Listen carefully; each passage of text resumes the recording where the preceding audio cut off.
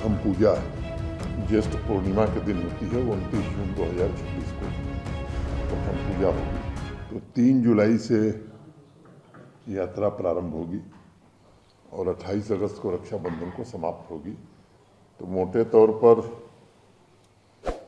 इस बार की यात्रा थोड़ी लंबी होगी, 57 दिन का ये पीरियड होगा।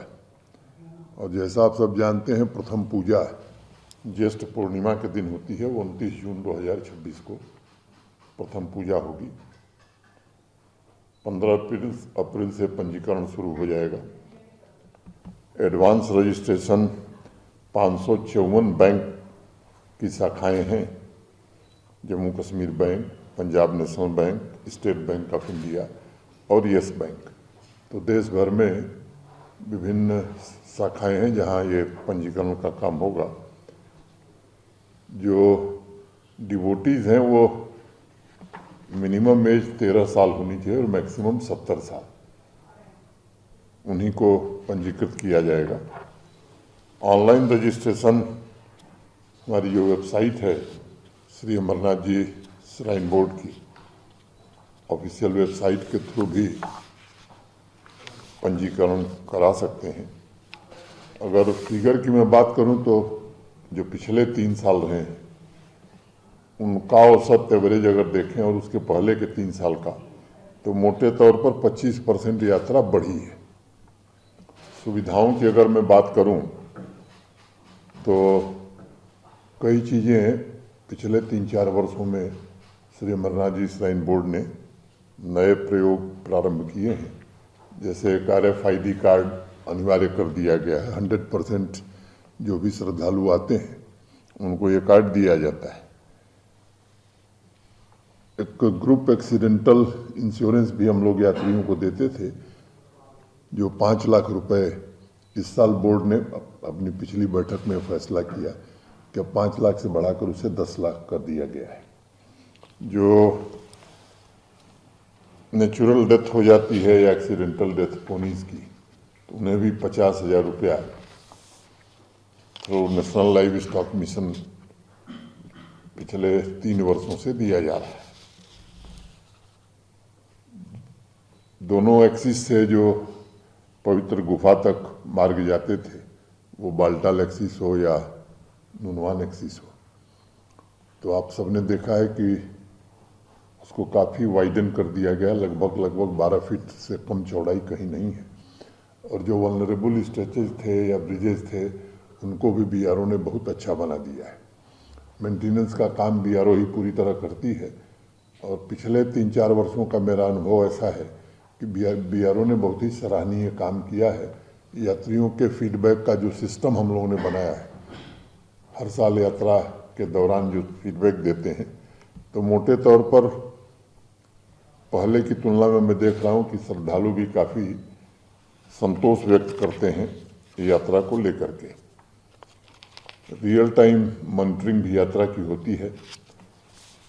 PTZ कैमरे और काउंटिंग कैमराज भी लोगों की गणना के लिए भी लगाए गए हैं। RFID, इन सब पहल के द्वारा, इनिशिएटिव्स के द्वारा काफ़ी मुझे लगता है कि सुविधा हुई है। अब प्रीपेड सिस्टम बाकी जो सर्विसेज हैं उनके लिए भी लागू किया गया था। 2 साल पहले मैं देख रहा था कि थोड़ा कम लोग अवेल करते थे, लेकिन पिछले साल मोटे तौर पर लगभग 100% लोग लें, इस पर हम लोगों का जोर है और काफ़ी हद तक हमें सफलता भी मिली। होल्डिंग कैपेसिटी भी पहले की तुलना में काफ़ी हम लोगों ने बढ़ा ली है, चाहे वो बाल्टाल हो, नुनवान हो या बाकी जितने भी स्थान हैं। मौसम खराब होने पर भी बड़ी संख्या में लोग आराम पूर्वक रह सकें, ये इंतजाम करने में श्री अमरनाथ जी श्राइन बोर्ड को सफलता मिली है। चंद्रकोट में 4 साल पहले के यात्री निवास बना था। अब बालटाल में भी यात्री निवास फंक्शनल है। नुनवान भी इस साल फंक्शनल होगा और श्रीनगर में भी फंक्शनल है। पंथा चौक पर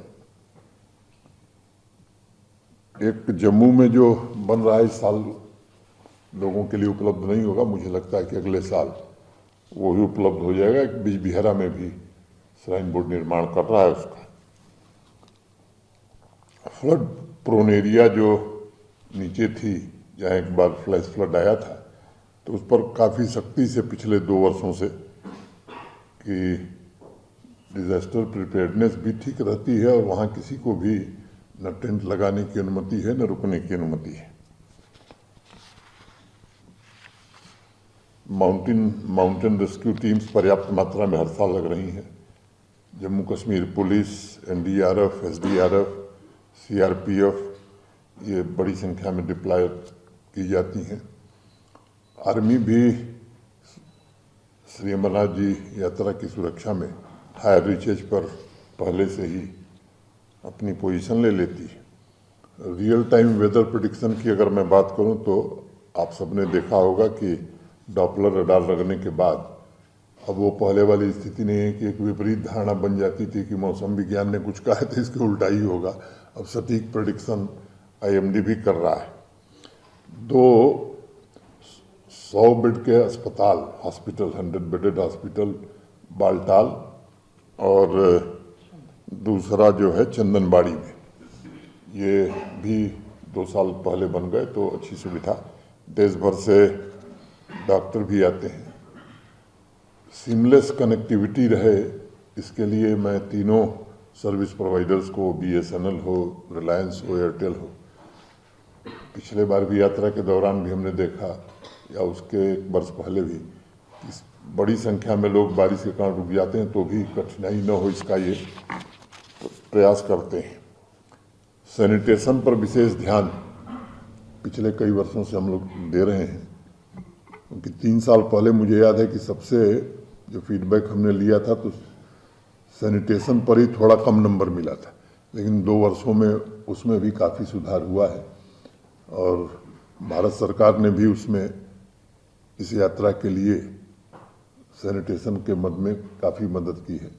तो मोटे तौर पर मैं कहूँ कि जम्मू कश्मीर प्रशासन, भारत सरकार, श्री अमरनाथ जी श्राइन बोर्ड और देश भर के श्रद्धालुओं के कारण यात्रा सुगमतापूर्वक, सफलतापूर्वक चल रही है। तो पंजीकरण के बाद 3 से यात्रा प्रारंभ होगी, इसलिए मैंने सोचा कि ये देश भर के श्रद्धालु जान सकें, इसलिए आप लोगों को आमंत्रित किया था।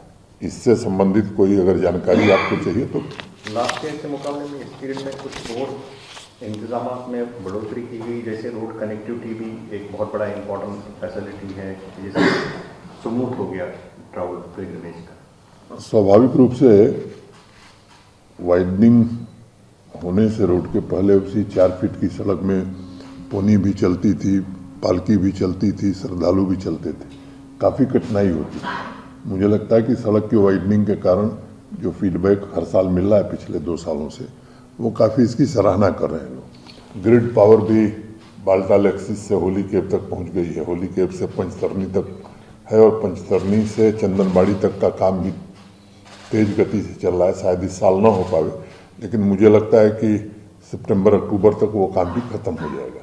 तो ग्रिड पावर के कारण भी ढेर सारी सुविधाएं हो गई। सर, क्या कभी ऐसा समय आएगा मैं आपके मुंह में घी शक्कर, केवल बैटरी का ही रोपवे भी ऐसा बन सकता है कि लोग बाबा के दर्शन कर सकें। ये भविष्य के गर्त में छिपा है। मैं उम्मीद करता हूं कि बाबा की कृपा से ये दोनों संभावनाएं जो है हकीकत में बदल सकें। अगर आप ये वीडियो YouTube पर देख रहे हैं तो हमारे चैनल को सब्सक्राइब कर बेल आइकन दबाएं और Facebook पर देख रहे हैं तो हमारे पेज को लाइक करें।